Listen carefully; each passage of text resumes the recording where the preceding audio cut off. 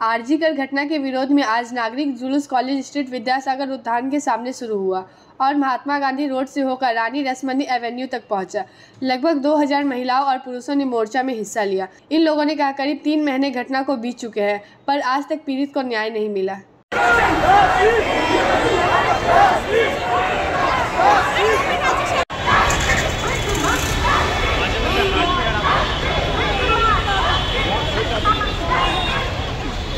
Association আমরা এদেরকে এত মানে একটা গুন্ডাদের দলকে এত পাত্তা দিতে রাজি নই। তাদের কোথায় কনভেনশন হচ্ছে আমাদের জানা নেই, কোথায় হচ্ছে স্টার সিনেমা হলে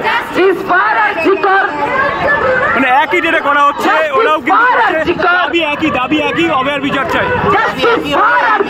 মামলাতের ওনাদের দাবি এক নয়, ওনাদের আসল উদ্দেশ্য শাসকদলীয় রাজনীতির হাত শক্ত করা। সেই জায়গা থেকে ওনারা কিছু দলীয় কর্মীদের দিয়ে কিছু একটা জানি না ওখানে কারা গিয়েছে।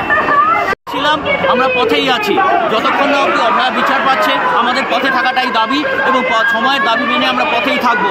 আমাদের দাবি দুটোই, অভয়ার বিচার এবং দ্বিতীয় অভয়া পশ্চিমবঙ্গের কোনা কোনা থেকে যেন না হয়, কোনো জায়গা থেকে আমরা যেন ধর্ষণের খবর না পাই, প্রত্যেকটা জায়গায় সন্ত্রাস মুক্ত একটা সুস্থ স্বাভাবিক কর্ম পরিস্থিতি, এটাই আমাদের দাবি।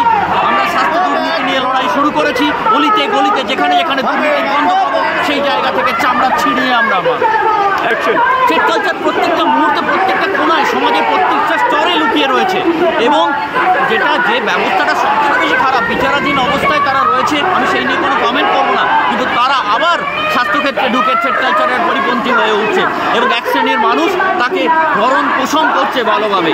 এটা অন্যায়। এই অন্যায়ের প্রতিবাদে আমরা সবসময় রাস্তায় আছি, রাস্তায় থাকবো।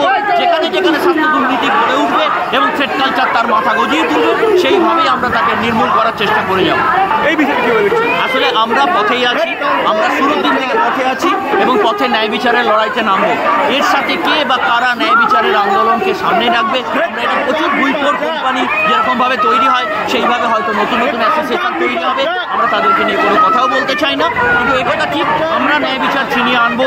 আমাদের লড়াই সাধারণ মানুষকে পাশে রেখে লড়াই, আশা রাখবো সেই লড়াইয়ে আমরা জয়লাভ করবো। একটা বিষয় হচ্ছে ब्यूरो रिपोर्ट PBTV न्यूज़।